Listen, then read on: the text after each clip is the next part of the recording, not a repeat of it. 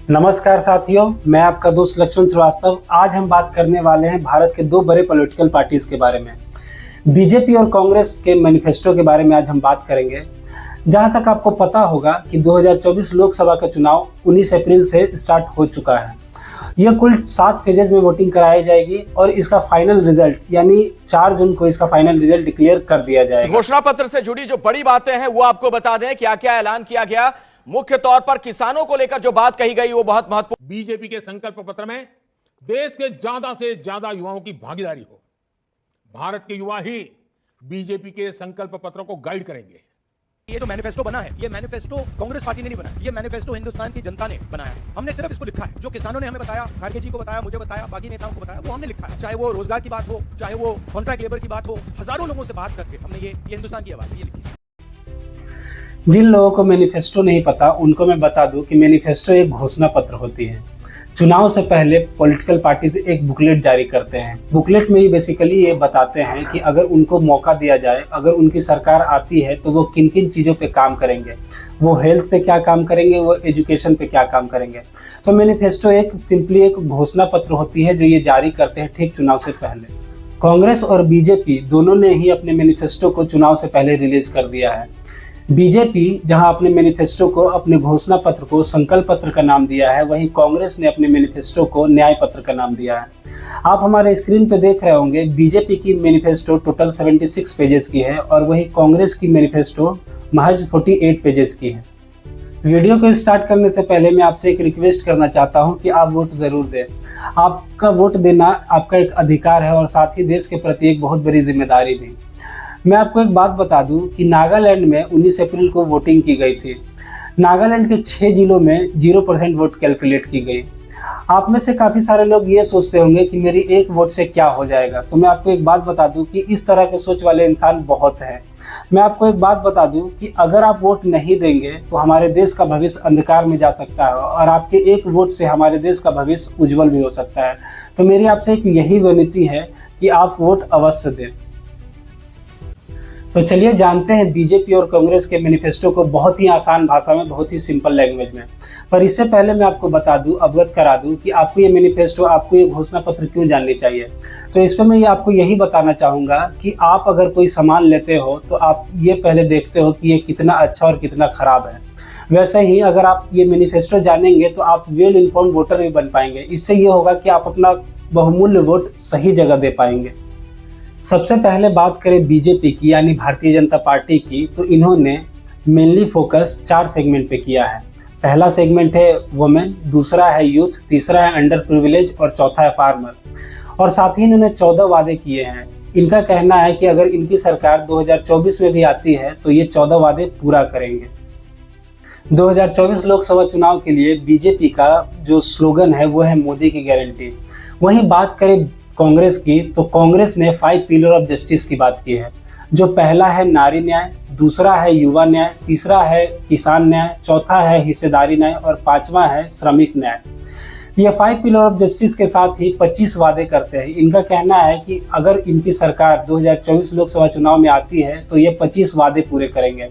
तो दोस्तों इस वीडियो में हम यही कवर करेंगे, जो बुलेट पॉइंट्स है, जो मेन हाइलाइट्स है।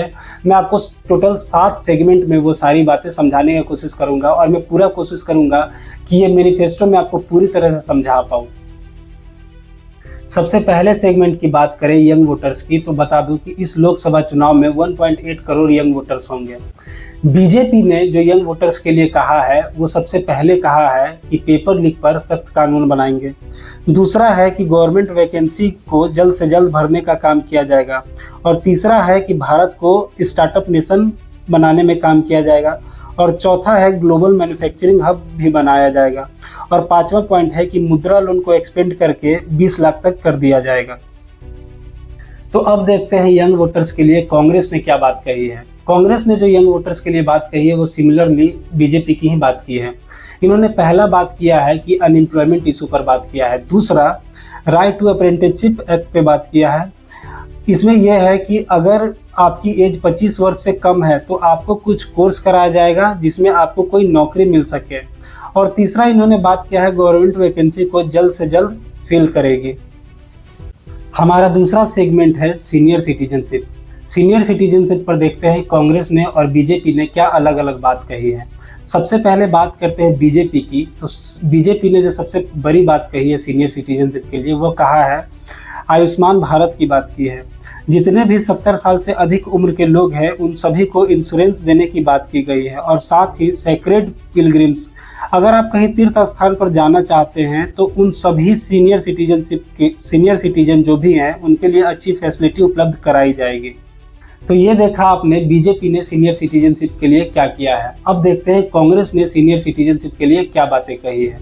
तो कांग्रेस ने जो सबसे बड़ी बात कही है, कहा है कि national social assistant programme pension को 1000 तक बढ़ा दिया जाएगा और साथ ही पब्लिक ट्रांसपोर्ट में कंसेशन दिया जाएगा। पब्लिक ट्रांसपोर्ट में कंसेशन का मतलब यही है कि अगर उनका कहीं भाड़ा, कहीं जाने का एक सर्टेन डिस्टेंस का भाड़ा अगर 10 रुपये लगता था तो उसे भी डिक्रीज कर दिया जाएगा। हमारा तीसरा सेगमेंट है फार्मर। अब देखते हैं कि दोनों पार्टियों ने फार्मर पर क्या बातें कही है। सबसे पहले हम बात करेंगे बीजेपी की। तो बीजेपी ने पीएम फसल बीमा योजना को इम्प्लीमेंट करने की बात की है और साथ ही जो किसान भाई एमएसपी की मांग के लिए प्रोटेस्ट कर रहे थे, बीजेपी ने उसे एमएसपी को इंक्रीज करने के लिए कहा है। कांग्रेस ने जो फार्मर्स के लिए सबसे बड़ी बात कही है, उन्होंने ये साफ ऐलान कर दिया है, राहुल गांधी ने ये साफ ऐलान कर दिया है कि अगर उनकी सरकार 2024 में जीतती है, उनकी सरकार अगर 2024 में आती है तो वो एमएसपी की मांग पूरी कर देंगे। कि इंडिया की सरकार आएगी तो हम एमएसपी की गारंटी हिंदुस्तान के किसानों को देंगे। चलते हैं हम अपने चौथे सेगमेंट की ओर और चौथा सेगमेंट है हमारा वोमेन। मैं बता दूं कि वोमेन वोटरों की संख्या भारत में कुल 47 करोड़ के लगभग है। तो देखते हैं इन दो बड़ी पार्टियों ने वोमेन के लिए क्या वादे किए हैं। बात करें बीजेपी की तो इन्होंने साफ ऐलान कर दिया है कि 3 करोड़ महिलाओं को लखपति दीदी बनाया जाएगा। इसमें इन्होंने यह बताया है कि एक स्किल डेवलपमेंट कराया जाएगा ताकि वो सालाना 1 लाख रुपए कमा सके। यह इनिशिएटिव स्पेशली रूरल एरिया के लिए होगी। और बीजेपी ने यह भी बताया है कि 1/3 वुमेन रिजर्वेशन बिल को भी पारित कर दिया जाएगा। इसमें यह होता है कि वुमेन रिजर्वेशन बिल में यह है कि जितने भी चुनाव होते हैं वहाँ महिलाओं की संख्या 1/3 कर दी जाएगी, मतलब हर 3 में से 1 सीट वुमेन के लिए रिजर्व कर दिया जाएगा। बात करें कांग्रेस की तो कांग्रेस ने भी बड़ी बात कही है। इन्होंने सबसे पहले महालक्ष्मी स्कीम की बात की है। हर गरीब महिलाओं को प्रत्येक वर्ष 1 लाख रुपया दी जाएगी और साथ ही सेंट्रल गवर्नमेंट जॉब में महिलाओं की जो रिजर्वेशन होगी वो 50% कर दी जाएगी। दोस्तों, 5वां सेगमेंट है हमारा हेल्थ। तो देखते हैं हेल्थ पर बीजेपी ने और कांग्रेस ने क्या बातें कही है। सबसे पहले हम देखेंगे कि बीजेपी ने क्या बात कही है। तो बीजेपी ने जो सबसे पहली बात कही है, उन्होंने ये कहा है कि एम्स के नेटवर्क को मजबूत करने की बात की है। साथ ही प्रधानमंत्री आयुष भारत योजना को और भी लोगों तक पहुंचाने की बात की गई है। साथ ही जन औषधि केंद्र को के साथ साथ ओवरऑल हेल्थ इंफ्रास्ट्रक्चर को बेहतर बनाने का वादा किया गया है। वहीं कांग्रेस की बात करें तो कांग्रेस ने जो हेल्थ पर बात कही है, उन्होंने ये कहा है कि हम फ्री हेल्थ सेंटर खोलेंगे, साथ ही 25 लाख तक का फ्री इंश्योरेंस देंगे। और जो हेल्थ पर सबसे बड़ी बात कही है कांग्रेस ने, उन्होंने ये कहा है, उन्होंने ये लिखा है अपने मैनिफेस्टो में कि टोटल बजट का 4% हम हेल्थ पर खर्च करेंगे 2028 से 2029 तक। हमारा छठा सेगमेंट है इकोनॉमी। तो देखते हैं बीजेपी और कांग्रेस इकोनॉमी पर क्या बात कहती है। सबसे पहले हम देखेंगे बीजेपी क्या कहती है। तो बीजेपी का कहना है कि आने वाले समय में इंडिया को 3rd इकोनॉमिक पावर बना दिया जाएगा। साथ ही इन्फ्लेशन यानी महंगाई पर कंट्रोल कर दिया जाएगा। और एक जो मोदी जी हमेशा एक शुरुआत से बात कहते आए हैं कि स्वरोजगार यानी सेल्फ एम्प्लॉयमेंट पर ज़्यादा फोकस किया जाएगा। मोदी जी का शुरू से कहना है कि आत्मनिर्भर बने। और मोदी जी ने यह भी कहा है इकोनॉमिक के टॉपिक पे कि टैक्स पेयर को यानी जो टैक्स ईमानदारी से देंगे, जो ज़्यादा टैक्स देंगे उनके अवार्ड दिया जाएगा। तो देखते हैं अब कांग्रेस का इकोनॉमी पे क्या कहना है।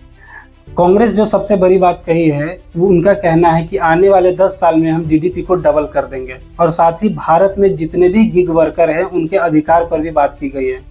जिन लोगों को गिग वर्कर नहीं पता, उन्हें मैं बता दूं कि गिग वर्कर उन्हें कहते हैं जो टेम्पोररी बेसिस पे यानी जो अस्थायी रूप से जुड़े होते हैं किसी कंपनी से, जो कॉन्ट्रैक्ट बेसिस पे काम करते हैं। पैसा दिया, काम किया, बाकी बात खत्म। सातवां सेगमेंट है हमारा एजुकेशन, जो कि बहुत महत्वपूर्ण है। तो एजुकेशन पर बीजेपी ने जो बात कही है वो देखते हैं।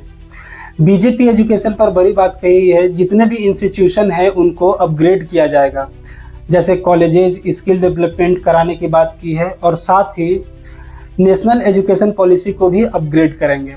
वहीं कांग्रेस ने जो एजुकेशन पर बात कही है, यह कहा है कि उनकी सरकार आती है तो 12वीं तक फ्री एजुकेशन देंगे और साथ ही न्यू एजुकेशन पॉलिसी को भी लाएंगे।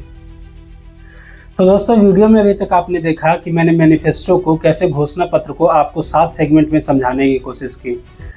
तो दोस्तों, पर अब जो मैं बात आपको बताने वाला हूँ वो ओवरऑल इन 7 सेगमेंट से अलग थी, और वो इंडियन सिटीजन पे बहुत बड़ी इम्पैक्ट डालने वाली है, बहुत बड़ी चेंजेस लाने वाली है। तो अब मैं देखता हूँ कि ओवरऑल चेंजेस जो आएगी वो बीजेपी और कांग्रेस ने क्या क्या वादे किए हैं। तो सबसे पहले देखते हैं बीजेपी ने क्या कुछ बदलाव की बातें की है। सबसे पहले इन्होंने बात किया है CAA के लिए। CA को इन्होंने इम्प्लीमेंट कर दिया है। इस पर मैंने एक डेडिकेटेड वीडियो भी बनाया है, अगर आप देखना चाहते हैं तो मैं आई बटन पे लिंक डाल दूंगा, आप देख सकते हैं।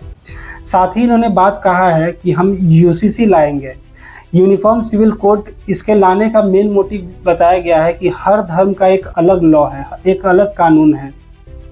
अगर हम UCC लागू करते हैं तो कोई डिस्पैरिटी नहीं होगी।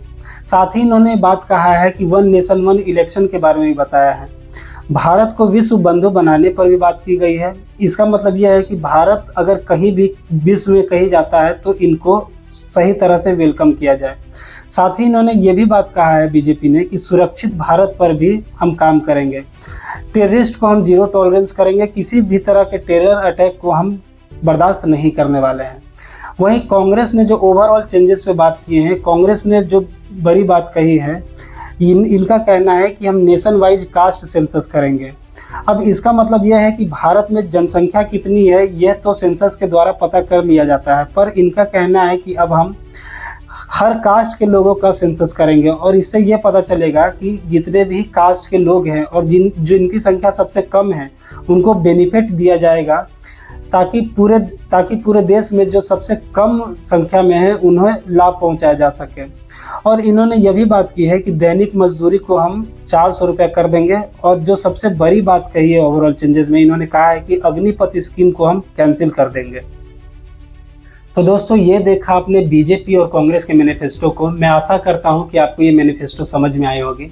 अब आप एक वेल इन्फॉर्म वोटर बन गए होंगे। दोस्तों, ये वीडियो यहीं तक थी। बाकी आपकी इस वीडियो पे क्या राय है वो हमें कमेंट करके ज़रूर बताएं, और अगर आपको कोई डाउट रह गई है तो वो भी हमें कमेंट करके ज़रूर बताएं, या फिर आपको कोई क्वेरी है तो वो भी हमें ज़रूर कमेंट करें। तो दोस्तों, ये वीडियो यहीं तक थी। बाकी मिलते हैं नेक्स्ट वीडियो में। तब तक आप खुद का, अपने फैमिली का ख्याल रखें। धन्यवाद।